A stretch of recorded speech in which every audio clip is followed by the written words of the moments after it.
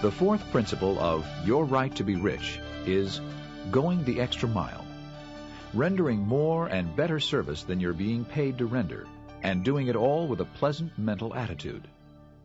This is a principle that many people have questioned in the past, and seemingly question even more deeply today. Why? Why should I? Why should I give my company, my boss, one more minute's work than I'm being paid for? What's in it for me? Here's what's in it for you.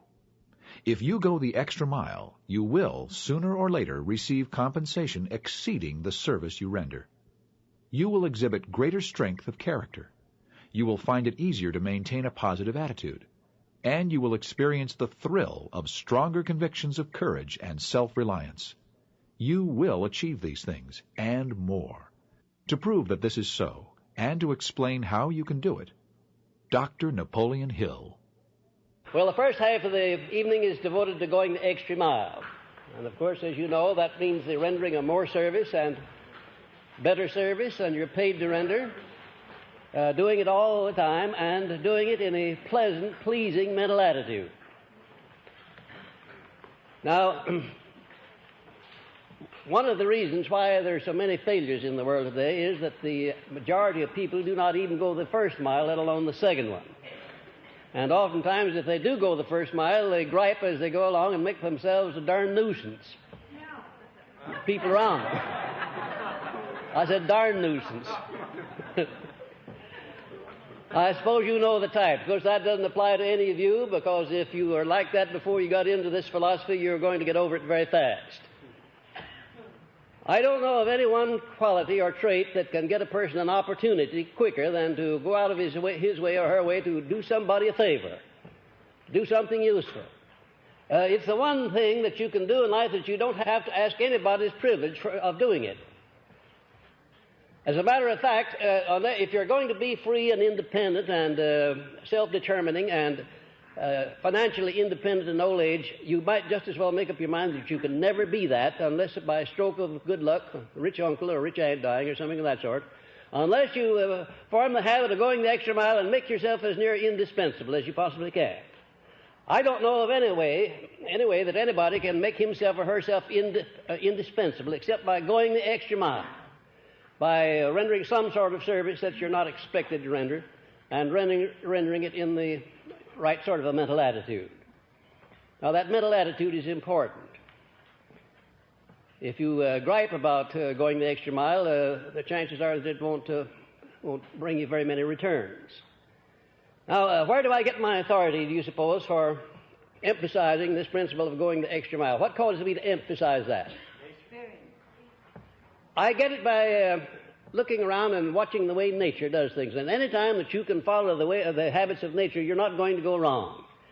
And stated conversely, any time that you fail to recognize the way nature does things and do not go along, you are going to get into trouble sooner or later. Just a question of time. Because there is an overall plan through which this universe operates. And no matter what you call the first cause of that plan, or the operator of it, or the creator of it, no matter what you call that, there's just one plan, there's just one set of natural laws, and it's up to every individual to discover what those natural laws are and adjust himself favorably to them. And certainly, if there is one thing that stands out above all others in nature, it is that nature requests and demands that every living thing go the extra mile in order to eat, in order to live, in order to survive. Man wouldn't survive one season if it were not for this law of going the extra mile. Don't render service, $1 million worth of service a day, and then expect to go and get a bank check for it tomorrow. In other words, if you start out to render $1 million worth of service, you perhaps have to render it a little bit at a time, and you'll have to get yourself recognized. And while you're going through that period of recognition, the chances are that you'll not be compensated for going the extra mile. Chances are you'll have to go the extra mile quite a little while before anybody takes notice of you. But always be careful that you don't go the extra mile too long without somebody taking notice of you. And if the right fellow doesn't take notice, look around until you find the right fellow who will.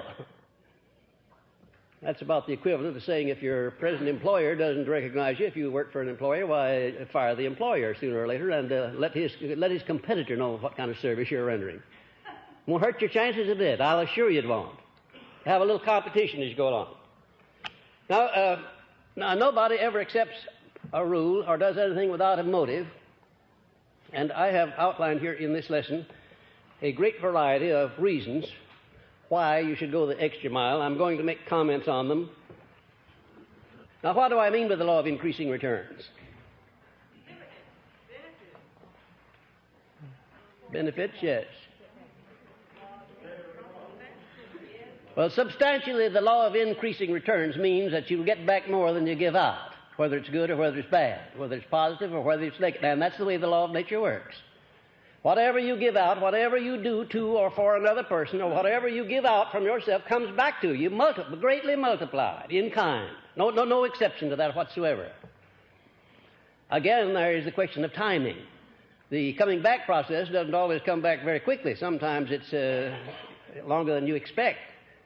But you may be sure that if you send out some negative influence, that it's going to come back on you sooner or later, and you may not recognize what caused it, but it'll come back. It won't overlook you. That law of increasing returns is eternal. It's automatic. It's working all the time. And it's just as inexorable as the law of gravitation. There's nobody in the world that can circumvent it or go around it or have it suspended for one moment. It's operating all the time. The law of increasing returns means that when you go out of your way to render more service and better service than you're paid to render, it's impossible for you not to get back more than you really did, because eventually that law of increasing returns takes care of that. If you're working for a salary, for instance, it takes care of it in additional wages, in greater responsibilities, in promotions, in opportunities that will come to you to go into business for yourself. In 1,001 different ways it'll come back. And oftentimes this coming back process doesn't come back from the source to which you render the service. Don't be too afraid to render service to a greedy buyer or to a greedy employer. It makes no difference to whom you render this service. If you render it in good faith and in good spirit and keep on doing it as a matter of habit, it's just as impossible for you not to be compensated as it is to be and not to be at the same time. Well, that law of increasing returns. Now, just remember that when you start applying this principle, that you don't have to be too careful about the person whom you render it. As a matter of fact, what you should really do is to apply this principle with everybody you come into contact, no matter who it is. Strangers and acquaintances and business associates and relatives alike. Make it your business to render useful service wherever you touch human relations in any shape, form, or fashion. Because the only way that you can increase the space that you occupy in the world, and by the space that you occupy, I don't mean necessarily the physical space, but the mental and spiritual space as well, will be determined by the quality and the quantity of the service that you render.